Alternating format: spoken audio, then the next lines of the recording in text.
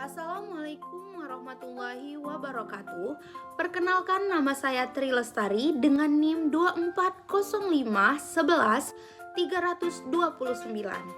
Kali ini saya akan menjelaskan administrasi peserta didik pendidikan. Jadi, administrasi peserta didik pendidikan adalah seluruh proses pengelolaan yang berkaitan dengan penerimaan, pembinaan, pelayanan, dan pencatatan peserta didik selama berada di lembaga pendidikan.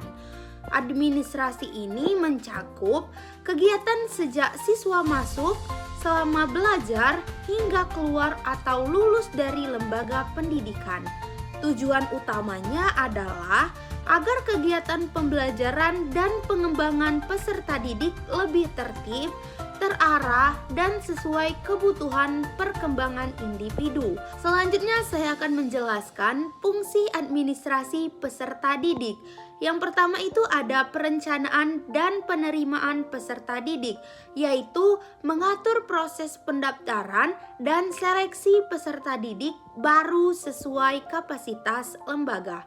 Contohnya, sekolah menentukan kuota penerimaan siswa baru berdasarkan ruang dan tenaga pendidik yang tersedia.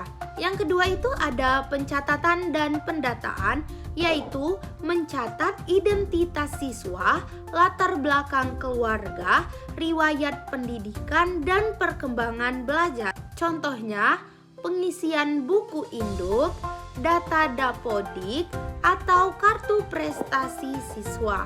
Yang ketiga itu ada pembinaan dan pengembangan peserta didik, yaitu mengelola kegiatan yang mendukung pertumbuhan akademik, sosial, dan spiritual peserta didik.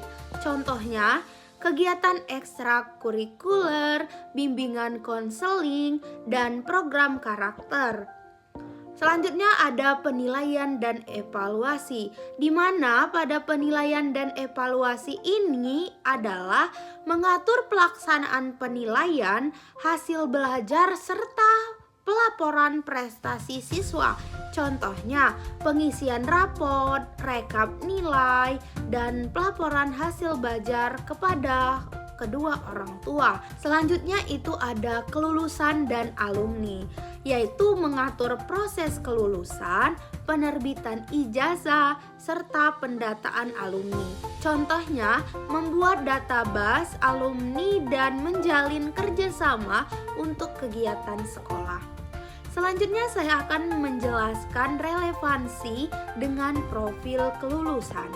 Pemahaman administrasi peserta didik penting karena yang pertama itu membentuk kemampuan calon pendidik dan pengelola lembaga dalam mengatur data dan pelayanan siswa secara sistematis.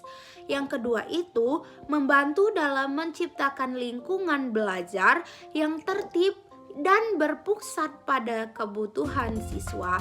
Yang ketiga, bagi alumni yang membuka lembaga pendidikan privat, kemampuan ini membantu dalam mengolah data siswa, absensi, nilai, dan komunikasi dengan orang tua secara profesional. Selanjutnya itu adalah menanamkan nilai tanggung jawab, kedisiplinan, dan kepedulian terhadap peserta didik.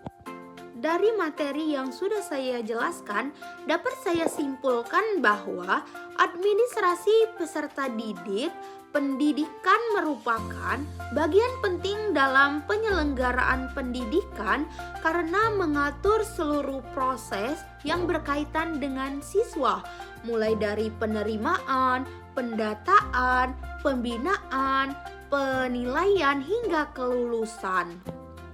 Pengelolaan peserta didik yang tertib dan sistematis akan mendukung kelancaran proses pembelajaran serta membantu mengoptimalkan perkembangan akademik, sosial, dan karakter peserta didik sesuai dengan tujuan pendidikan. Selanjutnya itu ada refleksi. Jadi dalam refleksi ini adalah mempelajari administrasi peserta didik, memberikan pemahaman bahwa peran pendidik dan pengelola lembaga tidak hanya mengajar, tetapi juga melayani dan mendampingi peserta didik secara menyeluruh. Pengetahuan ini membutuhkan sikap tanggung jawab, kedisiplinan, dan kepedulian terhadap kebutuhan peserta didik, serta membekali calon pendidik dan pengelola lembaga pendidikan agar mampu bekerja secara profesional dalam menciptakan lingkungan belajar yang tertib, nyaman, dan berorientasi pada perkembangan peserta didik. Mungkin itu saja penjelasan dari saya. Saya akhiri. Wabillahi taufiq wal hidayah. Wassalamualaikum warahmatullahi wabarakatuh.